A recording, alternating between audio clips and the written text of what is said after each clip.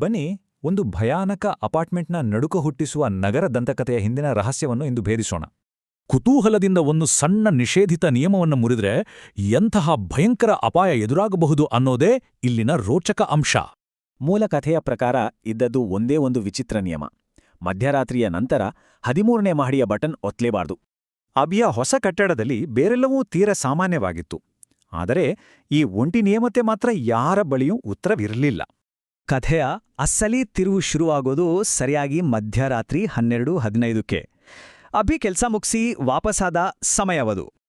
ಆ ಮಧ್ಯರಾತ್ರಿಯ ನಿಯಮವನ್ನು ಮುರಿದು ತನ್ನ ಫ್ಲ್ಯಾಟ್ಗೆ ಹೋಗಲು ಅವನು ಲಿಫ್ಟೊಳಗೆ ಹೆಜ್ಜೆ ಹಾಕಿಯೇ ಬಿಟ್ಟ.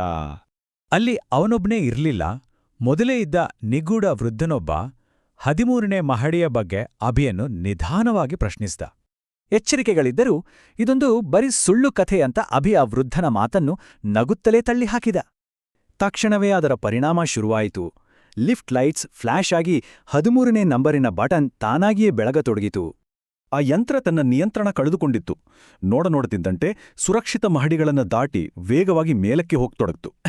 ಅದು ಹೋಗ್ಬೇಕಾದ ಜಾಗವನ್ನು ಬಿಟ್ಟು ಅಂತಿಮವಾಗಿ ಆ ಭಯಾನಕ 13ನೇ ಸಂಖ್ಯೆಯಲ್ಲೇ ಬಂದು ನಿಂತಿತು. ಬಾಗಿಲು ನಿಧಾನವಾಗಿ ತೆರೆದಾಗ ಎದುರಿಗೆ ದಟ್ಟ ಕತ್ತಲೆ. ಆ ಉದ್ದವಾದ ಕಾರಿಡಾರ್ನಲ್ಲಿ ಕೇವಲ ಕೆಂಪು ಬೆಳಕು ಮಾತ್ರ ಹೊಳೆಯುತ್ತಿತ್ತು. ಗಾಬರಿಯಿಂದ ಅಭಿ ಆ ವೃದ್ಧನ ನೋಡಲು ಹಿಂದಕ್ಕೆ ತಿರುಗಿದ. ಆದರೆ ಆ ಲಿಫ್ಟ್ ಸಂಪೂರ್ಣವಾಗಿ ಖಾಲಿಯಾಗಿತ್ತು. ಅಷ್ಟರಲ್ಲಿ ಆ ಕತ್ತಲಿನಿಂದ ಕೇಳಿಬಂದ ಮಗುವಿನ ಭಯಾನಕ ಧ್ವನಿ ಅವನು ಅಲ್ಲಿಯೇ ಶಾಶ್ವತವಾಗಿ ಸಿಕ್ಕಿಬಿದ್ದಿದ್ದಾನೆ ಎಂದು ಸಾರಿತು. ಕತ್ತಲಿನಲ್ಲಿ ಆ ಎಚ್ಚರಿಕೆಯ ಮಾತು ಪ್ರತಿಧ್ವನಿಸಿದ ಮರುಕ್ಷಣವೇ ಲಿಫ್ಟಿನ ಬಾಗಿಲುಗಳು ಅತ್ಯಂತ ಜೋರಾಗಿ ಭೀಕರವಾಗಿ ಮುಚ್ಚಿಕೊಂಡವು. ಮರುದಿನ ಅಭಿಯ ಫ್ಲ್ಯಾಟ್ ಸಂಪೂರ್ಣ ಖಾಲಿಯಾಗಿತ್ತು.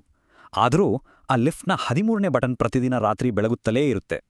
ಇದು ನಮ್ಮನ್ನ ಕಾಡುವ ಅಂತಿಮ ಪ್ರಶ್ನೆ.